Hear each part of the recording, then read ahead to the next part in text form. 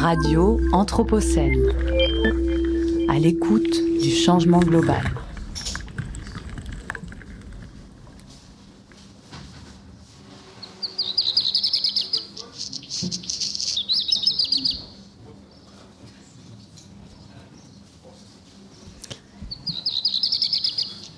Et nous commençons l'émission du jour avec le chant du rouge que noir dont nous parlera Nathan en fin d'émission.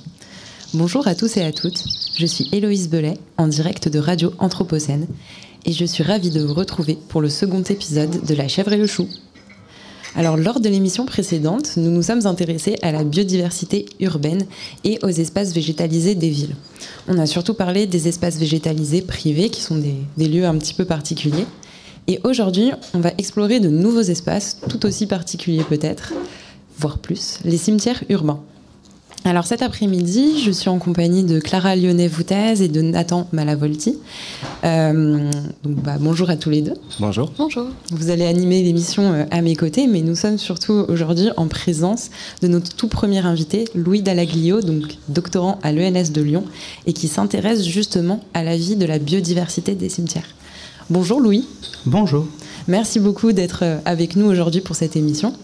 Alors Louis, vous êtes doctorant à l'ENS de Lyon. Est-ce que vous pourriez rapidement vous présenter et surtout présenter votre sujet de thèse, vos terrains d'études aussi ? Oui, donc comme vous l'avez dit, je suis doctorant à l'ENS de Lyon en géographie en deuxième année et je travaille sur les cimetières et en particulier leur biodiversité, leur végétalisation. Je travaille sur les cimetières des communes de la métropole de Lyon, puisque les cimetières sont gérés au niveau communal, à très rares exceptions.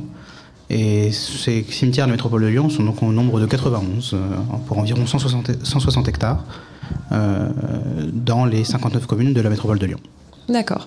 Et est-ce que vous travaillez sur l'ensemble de la biodiversité des cimetières, ou est-ce que vous avez peut-être des spécialités, certaines espèces ? Oui, je suis en particulier plutôt spécialiste de la végétalisation et des enjeux autour des végétaux. Il y a également tout un sujet dont j'imagine qu'on parlera autour de la faune, en particulier le travail mené à Lyon par la Ligue de protection des oiseaux. Mais je travaille particulièrement moi, sur la végétation et en particulier sur les bryophytes, qui est le nom un peu technique pour désigner les mousses qui sont assez communes dans les cimetières. C'est intéressant parce que lorsqu'on pense biodiversité en ville, on pense plutôt aux parcs, aux rives des fleuves et on n'imaginerait pas forcément aller au cimetière. Donc est-ce que vous pouvez nous expliquer en quoi justement ces espaces sont intéressants aujourd'hui pour penser la biodiversité ? Alors ils sont intéressants pour penser la biodiversité au sens où ce sont des espaces assez extrêmes en termes de conditions physico-chimiques. C'est des espaces qui sont très minéralisés. C'est des espaces où il fait très très chaud l'été en raison de la réflexion des monuments qui sont en marbre ou en granit. C'est aussi des espaces qui sont assez intéressants au niveau de la biodiversité en raison du calme nocturne, puisque les cimetières sont fermés la nuit la plupart du temps. Ce qui en fait des espaces qui est assez rare en ville, assez en fait isolés au niveau nocturne, donc qui les rend très intéressants pour la biodiversité urbaine, puisque une partie non négligeable de la biodiversité qu'on est moins habitué à voir est évidemment nocturne en ville. Et alors moi j'avais une petite question, je me demandais Louis, est-ce qu'il y a des espèces animales ou végétales qui justement se plaisent particulièrement dans les cimetières Oui, en fait, donc on va trouver, comme je disais, donc, tout un tas d'espèces nocturnes, les chauves-souris, les petits mammifères. Il y a évidemment des espèces assez emblématiques, comme les chats de cimetière, par exemple, qui peuvent parfois être même assez bien connus des usagers, que ce soit des usagers réguliers, mais aussi parfois d'associations. À Lyon, on a les chats de l'Oyas, par exemple, qui est une association qui se charge de stériliser et de récupérer les chats du cimetière de l'Oyas dans le 5e arrondissement. Et puis au niveau végétal, on va trouver certaines espèces comme justement les mousses, qui, en particulier certaines espèces donc saxicoles, donc ces espèces qui apprécient la pierre, qui vont trouver dans les cimetières en fait des espaces où on a parfois des phénomènes d'abandon de certaines surfaces minérales qui peuvent être très longs. Autrement dit, en fait, on a des monuments qui peuvent être abandonnés pendant des durées assez longues et ça en fait des sortes de petits paradis sur Terre pour les mousses qui peuvent les coloniser assez librement pendant 10, 15, 20, 100 ans, ce qui constitue parfois des tapis assez impressionnants. Et Nathan, alors justement, toi tu travailles beaucoup sur la biodiversité avec ton association des espèces par million. Est-ce que tu as des choses à rajouter, toi, d'autres espèces aussi que tu observes dans ces espaces-là ? Déjà, ce qu'on peut remarquer, c'est que très souvent, les cimetières, ça reste des zones refuges, en fait. C'est des zones de tranquillité où la faune ne va pas être très dérangée et où on va notamment y avoir une trame noire, en fait, donc pas d'éclairage la nuit. Comme tu l'as dit, Louis, va souvent y avoir des chauves-souris et tout plein d'insectes aussi qui vont être liés au milieu rupestre, au milieu assez chaud, parce que c'est composé en majorité de minéral. Parmi les espèces un peu emblématiques, dans les mammifères, on peut citer le renard qui est assez souvent présent dans les cimetières, le hérisson, l'écureuil. Il y a des renards qui sont suivis depuis 10 ans par la LPO sur certains cimetières, en fait, c'est très connu. On va aussi retrouver des reptiles, donc comme le lézard, et également des serpents qui se font vraiment assez rares en ville. Et puis de la même manière, beaucoup d'insectes, beaucoup d'oiseaux qui vont être liés encore une fois au milieu rupestre. Donc t'as parlé tout à l'heure du rouge-queue noir. Il y a aussi pas mal de rapaces qui vont se plaire dans les cimetières puisque ça va leur faire un terrain de chasse assez idéal, comme le faucon cresserelle notamment. On peut même retrouver dans certains cimetières la chouette effraie, la chouette hulotte. Donc c'est vraiment des espaces qui sont très intéressants pour la biodiversité. Et justement, Louis, est-ce que vous retrouvez certaines de ces espèces sur vos terrains ou est-ce qu'il y a d'autres espèces que vous retrouvez sur l'ensemble ou presque des cimetières de Lyon ?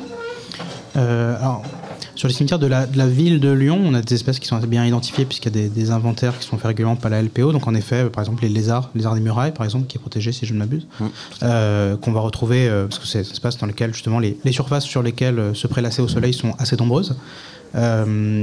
Après, en dehors de Lyon, on va avoir une valeur de ces cimetières qui diminue un petit peu au sens où on va trouver d'autres endroits qui peuvent être des endroits refuges en zone périurbaine, on va dire, mais dans les cimetières lyonnais. Après, sinon, dans les espèces emblématiques, moi, j'avoue que je suis plutôt spécialiste des bryophytes, donc je retrouve mes Grimia pluvinata et mes Orthotrichum diaphanum dans tous les cimetières.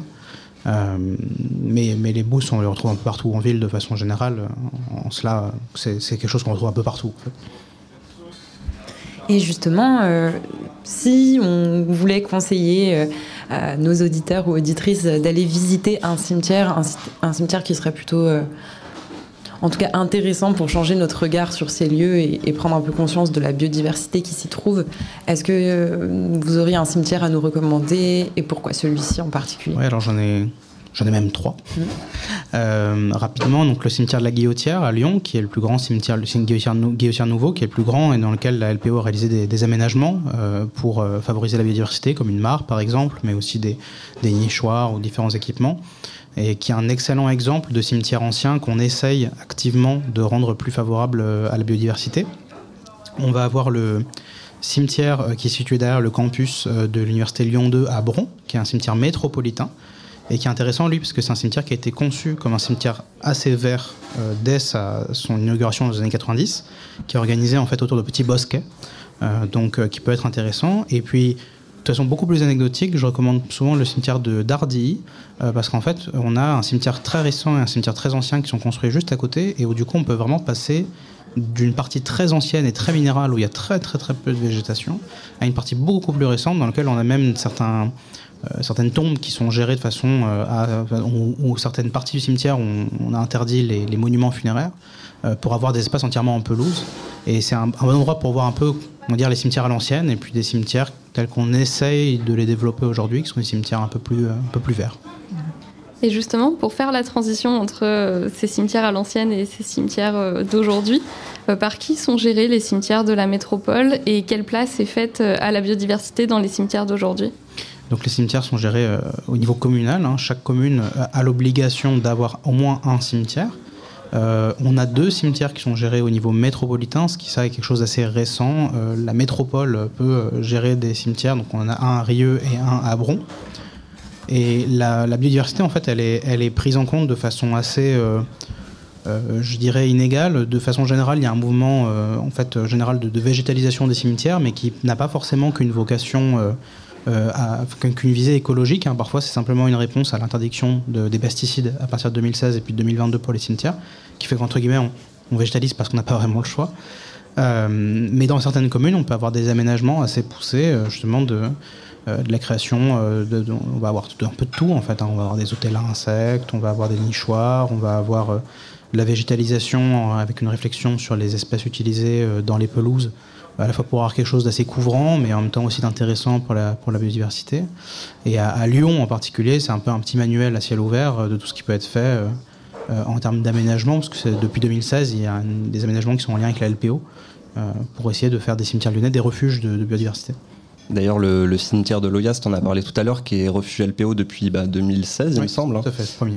qui est coordonné par Fabien Dubois depuis un moment, qui est bien connu et sur lequel il y a une population de couleuvres vertes et jaunes qui tente de subsister, qui traîne autour du fort de Loyaste, qui est super intéressante. Et puis voilà, c'est vraiment ce dont tu as parlé, différencier les types de gestion, ça va vraiment faire qu'il y a un degré vraiment intéressant de naturalité ou pas. Et comment on fait accepter ça un peu aux usagers des cimetières, c'est aussi un peu ça sur lequel tu as travaillé, il me semble. Oui, tout à fait, parce qu'il y a une vraie association, en fait, parfois chez certains usagers, entre la présence d'une végétation qu'on pourrait décrire comme plutôt en forme, c'est-à-dire très spontanée, en fait, qui est à la preuve d'un écosystème en bonne santé. Et en fait, ce caractère spontané est associé à une forme d'abandon, voire de manque d'entretien, et c'est perçu comme une forme de manque d'intérêt en fait des agents pour le cimetière et du coup d'irrespect pour les défunts, ce qui n'est pas du tout le cas en fait, mais il y a une difficulté à faire comprendre ça au niveau des usagers. Et justement, je me demandais, puisqu'on parle des usagers, est-ce que vous identifiez certaines pratiques, alors j'appelle ça des pratiques funéraires, ce n'est peut-être pas le bon terme, mais des choses que font les personnes qui se rendent dans le cimetière qui sont peut-être favorables ou bénéfiques pour les espèces, et à l'inverse d'autres qui le sont moins. Je ne sais pas s'il y a Alors, vous soulevez un enjeu qui est très important, qui est comment est-ce qu'on coordonne les pratiques à l'échelle du cimetière. Et je ne rentre pas dans les détails, mais au niveau juridique, c'est très difficile de contraindre les usagers à certaines pratiques. Et par exemple, quelque chose qui est un vrai sujet dans beaucoup de communes, c'est la question du nettoyage des monuments funéraires, et notamment à grands coups d'eau de javel ou autres produit chimique qui est assez néfaste en fait pour la strate herbacée autour des monuments, une strate qu'on essaye de développer et de renforcer aujourd'hui, c'était la strate manquante on va dire dans les cimetières. On avait souvent des arbustes, des arbres, des mousses, mais depuis 40 ans on éradiquait systématiquement la strate herbacée, et aujourd'hui on n'a pas forcément de moyens d'obliger les gens à ne pas utiliser d'eau de javel ou autre pour nettoyer leurs monuments, et ça c'est un vrai enjeu. Qui est celui en fait, de la nécessaire, si on veut pousser à terme cette idée de ces cimetières plus écologiques, c'est une sorte de gestion un peu intégrée, mais qui est très difficile à mettre en place puisque le cimetière est réparti en concessions. Donc en fait, c'est pas un grand jardin, c'est 1000 tout petits jardins qui doivent coordonner leurs pratiques, et c'est assez difficile à mettre en place aujourd'hui. Et Nathan, toi justement, alors je me demande déjà si tu as fait des interventions dans des cimetières avec des EPL, mais surtout est-ce que toi tu aurais des conseils alors j'ai cru comprendre que certains gestionnaires appliquaient déjà une réflexion favorable à la biodiversité, mais voilà, est-ce que tu as des conseils pour les gestionnaires et aussi pour les personnes qui souhaiteraient favoriser la biodiversité dans les cimetières? Alors nous, c'est pas du tout un milieu sur lequel on est intervenu avec l'association. On laisse ça vraiment à la LPO qui fait un super travail là-dessus. Mais en termes de gestion, ce qui pourrait être intéressant de signaler, c'est la gestion des arbres en fait. On a pas mal parlé de prairies, donc forcément faire de la gestion différenciée sur certains espaces de prairies, ça peut être super intéressant, mais on peut aussi aborder cette gestion des arbres, et notamment des arbres morts. Qu'est-ce qu'on fait d'un arbre mort? Nous, c'est un sujet qui nous intéresse beaucoup. On s'intéresse à toutes les espèces saproxyliques, donc qui vont se développer dans le bois mort. Et voilà, quelle place on laisse à un arbre mort? Est-ce qu'on va le laisser en fait lui faire son cycle de vie complet et se décomposer sur place, ou est-ce qu'on va dès qu'on voit quelques branches mortes le couper en fait? Et nous on milite vraiment pour quand il n'y a pas des enjeux de sécurité, en fait laisser cet arbre finir sa vie tranquillement, de la même manière qu'on va laisser la tranquillité des tombes en fait, et accepter que l'arbre aussi il fasse son cycle de vie et de mort. Et ça me fait aussi penser à une question, on a encore un tout petit peu de temps, donc je pense que je peux la poser. C'est peut-être un peu un retour en arrière par rapport à tout à l'heure, quand Louis, vous nous parliez des quelques cimetières intéressants à aller visiter. Est-ce que, à l'inverse, et peut-être que Nathan a aussi des remarques, vous identifiez des cimetières qui sont peut-être un peu moins, j'allais dire, riches sur le plan de la biodiversité, ou avec des pratiques un peu moins favorables, ou qui ont besoin peut-être de progresser encore dans ces gestions-là? Alors, je vais être très diplomate et j'éviterai de donner des noms de communes pour éviter de me fermer des portes pour plus tard. Mais en fait, ce qu'il faut bien comprendre, c'est qu'il y a un enjeu qui est surtout politique au niveau de la gestion des cimetières. En fait, c'est juste qu'au niveau politique, il y a des communes dans lesquelles il y a une fermeture totale à l'idée que les cimetières soient des espaces de biodiversité. C'est d'abord des endroits où la nature a une fonction symbolique, esthétique, voire rituelle.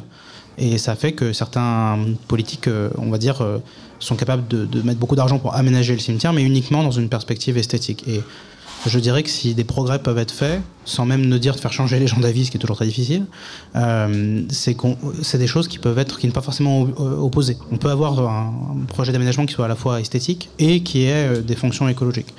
Je pense que c'est aujourd'hui un des grands ponts à essayer de former, qui est cette rencontre entre cette fonction plus traditionnelle de la nature en ville, qui est une fonction décorative, et une véritable utilité écologique.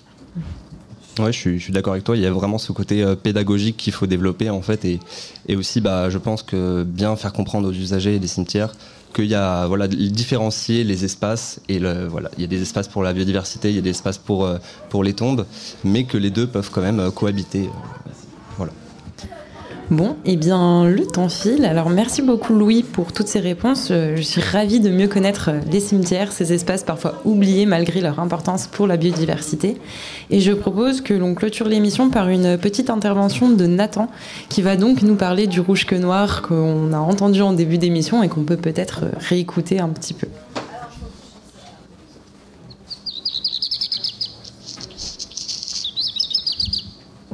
Voilà, le rouge que noir, c'est un chant qu'on va très souvent entendre en ville, puisque c'est un oiseau qui s'est très bien adapté au milieu anthropisé. C'est un oiseau qui est rupestre en fait, donc il vit dans des milieux plutôt rocheux, des falaises, des éboulis, et qui n'est pas présent en fait dès qu'il y a plus de 25% de couverture végétale. Donc le cimetière en fait, c'est un espace qui est parfait pour lui, d'autant plus qu'il y a pas mal d'insectes et que c'est un oiseau qui est principalement insectivore. Il va quand même se nourrir, il va compléter son alimentation par quelques fruits. Il a un chant qui se reconnaît bien en fait, puisqu'il démarre souvent par un espèce de bruit de papier froissé, comme on a pu l'entendre, avec un tu-tu-tu-tu qui suit. Et c'est un oiseau qui est très intéressant, qui est facilement reconnaissable. Hein. Il est globalement très sombre, avec une queue bien rouge. Quand il est au sol, il va l'agiter assez frénétiquement. Là, c'est un petit signe aussi qui fait qu'on le repère bien. Et voilà, de la même manière que plein d'autres espèces, en fait, il s'est très bien adapté aux immeubles, etc. Notamment le pigeon bisé, hein, qu'on connaît bien dans nos villes. Donc voilà, il fait partie de tout ce cortège d'espèces de milieux rupestres qui vit sur nos toits. Et donc levez la tête, hein, dans la ville, vous allez forcément l'entendre. Il chante avant le lever du soleil. Donc dès 4h du matin, si vous rentrez de soirée par exemple, vous allez pouvoir l'entendre. Suffit de regarder un peu les antennes ou les toits. Il est très souvent posé, il n'est pas très farouche, il est bien en évidence. Donc voilà, soyez attentifs. Merci à tous et à toutes de nous avoir écoutés. N'oubliez pas que vous pouvez retrouver cette émission et toutes les autres, parce qu'on n'en a fait qu'une seule pour l'instant, sur le site de Radio Anthropocène ainsi que sur les réseaux sociaux. Et on se retrouve le 14 février pour une émission sur la biodiversité, mais sur le thème de l'amour. Radio Anthropocène. À l'écoute du changement global.